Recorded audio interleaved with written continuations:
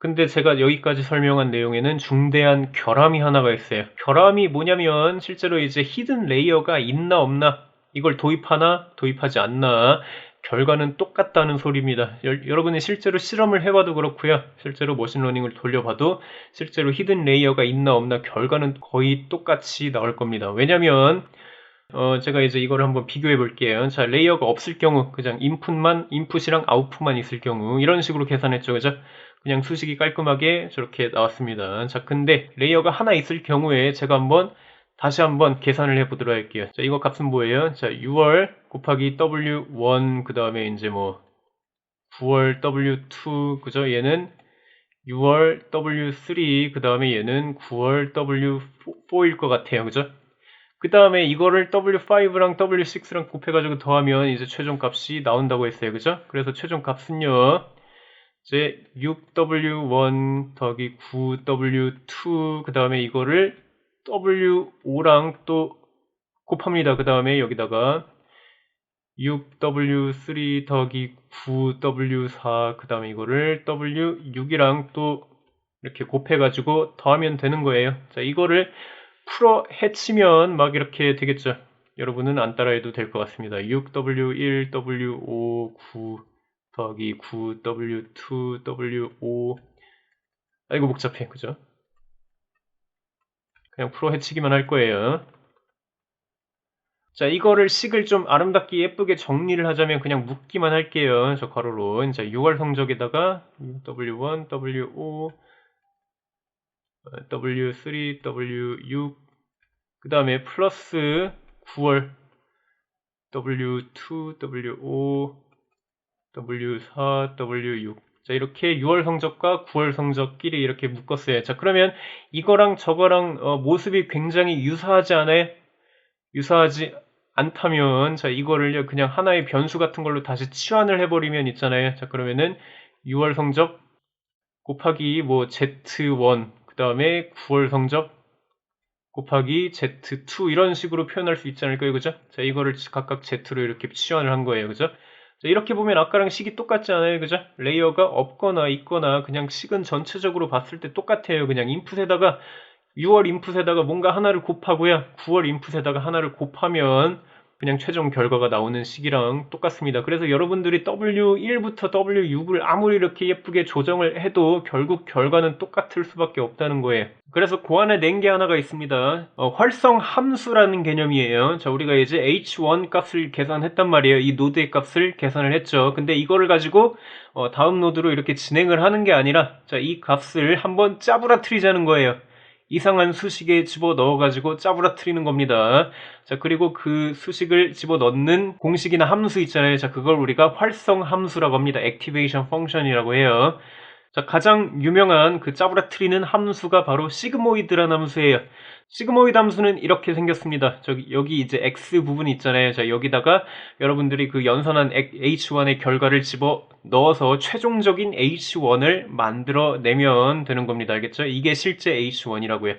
자, 그러면은 이 여기다가 집어 넣으면 값이 어떻게 변하는지는 이 그래프를 보시면 됩니다. 자, 시그모이드 함수에 0을 집어 넣잖아요. 자, 그러면은 0.5가 나오게 됩니다. 자, 그리고 한 1이나 2 같은 거 집어 넣으면 이제 뭐 값이 0.6, 0.7, 0.8 뭐 이런 식으로 증가를 합니다.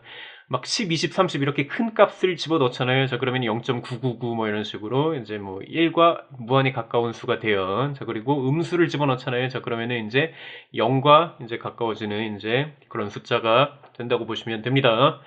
자, 그래서 이렇게 짜부라트리는 거예요. 그래서 이제 그 결과는 아마 0하고 1 사이에 있을 것 같습니다. 시그모이드는 그런 특성을 가지고 있어요. 자, 이거 말고도 여러 가지 액티베이션 펑션들이 있습니다. 자, tanh라고 이제 하이퍼볼릭 탄젠트라는 이런 함수가 있는데, 자, 여기다가 x 값으로 우리가 원하는 걸 집어 넣잖아요. 자, 그러면은 값이 조금 더 급격하게 마이너스 1에서 1 사이로 압축이 돼요. 그러니까 이제 뭐 0을 집어넣으면 0이 나오고요. 자, 1을 집어넣으면 0.67 막 이런 식으로 나오고 2를 집어넣으면 거의 0.9가 나올 거예요. 그죠? 이것도 그래프 보시면 이렇게 됩니다.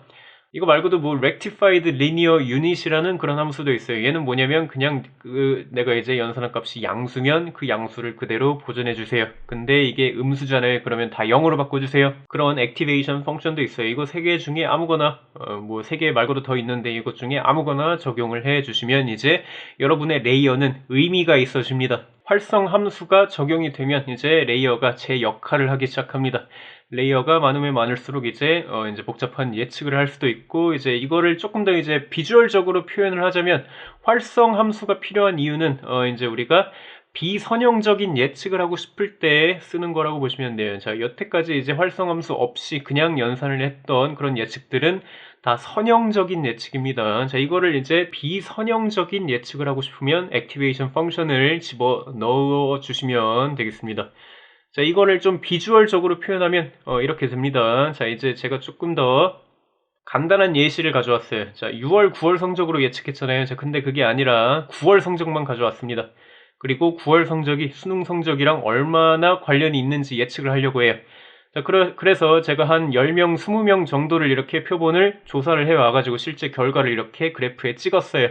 뭐 예를 들면 이 사람은 9월 성적이 60점 나왔어요. 근데 수능 성적이 70점 나온 거예요. 이런 식으로 이제 실제 점을 찍어봤는데, 자, 이거를 그러면은 이제 9월 성적이랑 수능 성적이 얼마나 관련이 있습니까? 라고 이제 예측을 시키면 우리가 이제 가장 간단히 할 수 있는 게 이렇게 직선을 그려보는 거예요. 직선. 자, 이렇게 직선을 딱 그려놓고 이렇게 9월이랑 수능 성적은 비례하는 경향이 있는 것 같아요 라고 예측할 수 있겠죠. 그죠? 그래서 이제 새로운 예측을 할 때는 어떤 사람이 뭐 65점을 받았다 그러면 이 사람은 한 75점 정도 받을 것 같아요. 그런 식으로 예측할 수 있겠죠. 그죠? 근데 우리가 예측을 이런 식으로 꼬아서 하면 어떻게 될까요? 이렇게 직선으로 그리는 게 아니라 이렇게 꼬아서 이렇게, 그러면은 조금 더 특이한 케이스들도 우리가 예측을 하거나 뭐 이렇게 대비를 할 수 있겠죠. 그죠? 예, 그죠. 이런 식으로 예측을 하면 이제 우리가 9월 성적이 막 이런 식으로 나오면 이런 식으로 나올 수도 있다라고 이제 나중에 이제 예측도 할 수 있는 거고요. 그죠? 이렇게 다양한 상황에 대비할 수 있는 그런 예측 모델을 만들고 싶으면 여러분 이제 액티베이션 펑션을 적용해서 여러분들의 예측 그런 모델의 논리니어리티, 그러니까 비선형적인 특성을 부여하시면 됩니다. 그러니까 그래프를 꼬으라는 거예요. 이렇게 꼬으면 다양한 상황에 이렇게 걸맞는 예측을 할 수가 있다고요. 그래서 쓰는 거고요. 그리고 액티베이션 펑션이 없으면 이거는 딥러닝 뉴럴 네트워크가 아니라고 보시면 되겠습니다.